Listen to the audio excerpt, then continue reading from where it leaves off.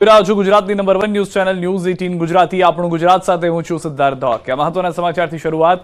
સાબરકાંઠા જિલ્લામાં એચએમપીનો વાયરસનો શંકાસ્પદ કેસ। હિંમતનગરમાં એચએમપીનો વાયરસનો હાલમાં શંકાસ્પદ કેસ હોવાની જાણકારી છે। 8 વર્ષનું બાળક હોસ્પિટલમાં સારવાર હેઠળ છે। હિંમતનગરની ખાનગી હોસ્પિટલનો દાવો છે પ્રાંતિજ તાલુકાના ગામનું બાળક સારવાર હેઠળ છે। બાળકને આઈસીયુમાં રખાયું છે। જિલ્લાનું આરોગ્ય વિભાગ હરકતમાં આવ્યું છે। પ્રાઇવેટ હોસ્પિટલનું સેમ્પલ સામે આવ્યું છે। બીજ મેડિકલ અને ગાંધીનગરની સરકારી લેબોરેટરીમાં કન્ફર્મ કરવા માટે મોકલી રહ્યા છે।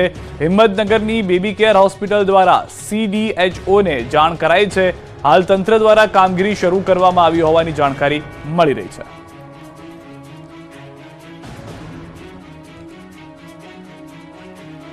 ગુજરાતમાં ઠંડીએ તોડ્યો રેકોર્ડ। 3 ડિગ્રી સુધી તાપમાન પહોંચી જતા હાહાકાર। ગુજરાતમાં શિયાળાએ બરાબરની જમાવટ કરી છે। બુધવાર ગુજરાતનો સૌથી ઠંડો બુધવાર સાબિત થયો। સિઝનની સૌથી વધુ કાતિલ ઠંડી પડતા લોકો થથરી ગયા। શિયાળાએ રૌદ્ર સ્વરૂપ બતાવતા લઘુત્તમ તાપમાનમાં એકાએક ઘટાડો આવતા ગુજરાતવાસીઓ ખરો શિયાળો અનુભવી રહ્યા છે। છેલ્લા 24 કલાક દરમિયાન ગુજરાતના રાજ્યમાં આ સિઝનનું સૌથી ઓછું લઘુત્તમ તાપમાન નલિયામાં નોંધાયું છે। કચ્છના નલિયામાં 3.4 ડિગ્રી સેલ્સિયસ લઘુત્તમ તાપમાન નોંધાતા નલિયા જમ્મુ કાશ્મીર બની ગયું છે। આ ઉપરાંત ભુજમાં પણ 9.2 ડિગ્રી સેલ્સિયસ લઘુત્તમ તાપમાન નોંધાયું। ઉત્તર ગુજરાતમાં ડીસા ખાતે 8.8 ડિગ્રી સેલ્સિયસ લઘુત્તમ તાપમાન નોંધાયું।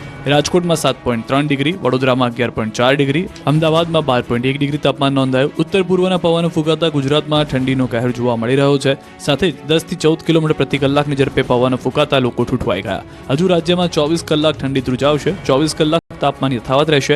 24 કલાક બાદ તાપમાન 2 થી 3 ડિગ્રી વધશે। વલસાડમાં બાળકને અડફેટે લઈને કાર 4 ગોથા મારી ગઈ। હચમચાવી નાખે એવા દ્રશ્યો વલસાડના ભીલાડ નજીકના છે, જ્યાં એક કાર ચાલક ફરાર થવાના પ્રયાસમાં હતો ત્યારે જ કાર ભયંકર રીતે પલટી મારી ગઈ। મળતી માહિતી પ્રમાણે ભીલાડ નજીક બેફામ કાર ચાલકે ઘરના ઓટલા પર બેસીને રમી રહેલા એક બાળકને ટક્કર મારી। બાળકનું મોત થઈ ગયું। કાર ચાલકે ત્યાંથી ફરાર થવાનો પ્રયાસ કર્યો અને બેફામ ગતિથી ભાગ્યો, પરંતુ અતિશય સ્પીડના કારણે કાર ચાલકે નિયંત્રણ ગુમાવ્યું। ડિવાઈડર સાથે અથડાતા જ કાર પલટી મારી ગઈ અને રોડની બાજુમાં આવેલી દિવાલ સાથે જોરથી અથડાઈ। કાર 3 થી 4 ગોથા મારી આગળ જઈને પડી હતી। દુર્ઘટનામાં કારમાં સવાર 4 લોકોની ઈજા થઈ છે। બનાવની જાણ થતાં જ પોલીસ સ્થળ પર પહોંચી તપાસ શરૂ કરી। કાર ચાલક સરૈના રોનક ધોડી વિરુદ્ધ ફરિયાદ દાખલ કરી અટકાયત થઈ હતી। અકસ્માત સર્જનાર કાર ચાલક નશામાં હોવાનું મનાઈ રહ્યું છે। રાજ્યના રોડ પર અકસ્માતની વણઝાર। સુરેન્દ્રનગરની હોસ્પિટલમાં ઘૂસી કાર। રાજ્યમાં અકસ્માતની વણઝાર થઈ છે। એક જ દિવસમાં 5 શહેરોમાં અકસ્માત થતા હાહાકાર મચી ગયો છે। એક દિવસમાં અકસ્માતમાં 6 લોકોના મોત થયા છે। સુરેન્દ્રનગરથી લઈને સુરત, વલસાડથી લઈને ભરૂચ અને બનાસકાંઠા સુધી અકસ્માત સર્જાયા। હચમચાવી નાખતા દ્રશ્યો છે સુરેન્દ્રનગરના। અહીંની ખાનગી હોસ્પિટલમાં પૂરપાટ આવતી કાર ઘૂસી ગઈ હતી। ધાંગધ્રાના ચરમાળિયા ગ્રાઉન્ડ પાસે રફતારના રાક્ષસે અકસ્માત સર્જ્યો હતો। પૂરપાટ આવતી કારે 3 થી 4 વાહનોને અડફેટે લેતા કારનો કચ્ચરકાંડ નીકળી ગયો।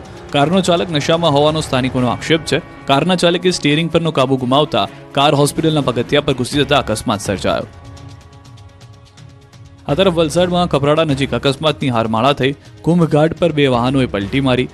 પહેલા ભંગાર ભરેલા એક ટ્રકે પલટી મારી। ટ્રક પલટતા અંદર ભરેલો ભંગાર રોડ પર ફેંકાયો। ત્યારબાદ ટ્રકથી બચવા જતા અન્ય ટેમ્પો પણ પલટી ગયો। વૃક્ષ સાથે અથડાતા ટેમ્પો ખાઈમાં ખાબક્યો। અકસ્માતને કારણે વાહન વ્યવહારને અસર પહોંચી। કપરાડા પોલીસે સ્થળ પર પહોંચી હાથ ધરી કાર્યવાહી।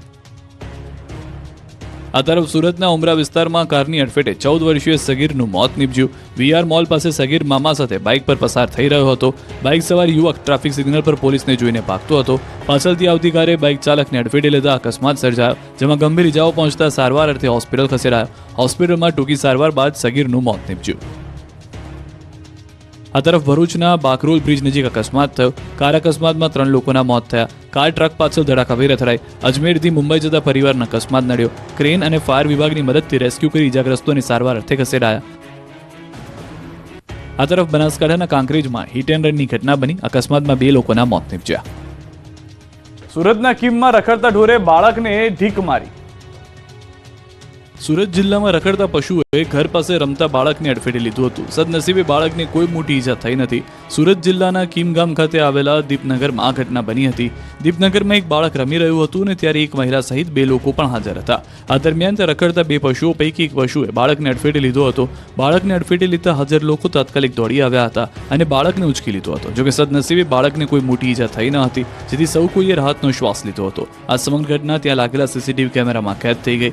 બાળકને રખડતા રખડતા ઢોરે ઢીક મારતા બાળકના વાલીના જીવ અદ્ધર થઈ ગયા હતા. જોકે સદનસીબે બાળકને કોઈ મોટી ઈજાઓ ન પહોંચતા સૌ કોઈ રાહતનો શ્વાસ લીધો, પણ રખડતા ઢોરનો ત્રાસ વધતા લોકોમાં રોષ ફેલાયો છે. જેલમાંથી છૂટી આરોપીએ અમદાવાદમાં કિન્નર પર હુમલો કર્યો. અમદાવાદની જેલમાંથી છૂટી અસામાજિક તત્વોએ કિન્નર પર હુમલો કર્યો. અમદાવાદના રોડ પર કેટલાક શખ્સોએ કિન્નર પર હુમલો કરી દહેશત ફેલાવી. અમદાવાદ પોલીસની કોઈ ધાક ન હોય તે રીતે ગુંડાઓએ પોલીસની હાજરીમાં જ કાયદાનું વસ્ત્રહરણ કર્યું. પોલીસની હાજરીમાં જ કિન્નર પર હુમલો કરી છડેચોક ગુંડાગીરી કરી, જે બાદ આરોપીને પાસા થઈ હતી, જેલ થઈ હતી. પરંતુ અસામાજિક તત્વ સુધરે તે બીજા મુજબ જ આરોપીઓએ જેલની બહાર આવી ધમકી આપી. એક વ્યક્તિ અપશબ્દો બોલતો હોય એવો વિડીયો વાયરલ થયો. 1 મહિના જેલમાંથી બહાર આવ્યા બાદ ફરી આરોપીઓ દ્વારા ધમકી આપતો વિડીયો વાયરલ થયો. વિડીયો 1 મહિના જૂનો હોવાની ચર્ચા. જામનગરમાં દબાણો પર બુલડોઝર ફરી વળ્યું.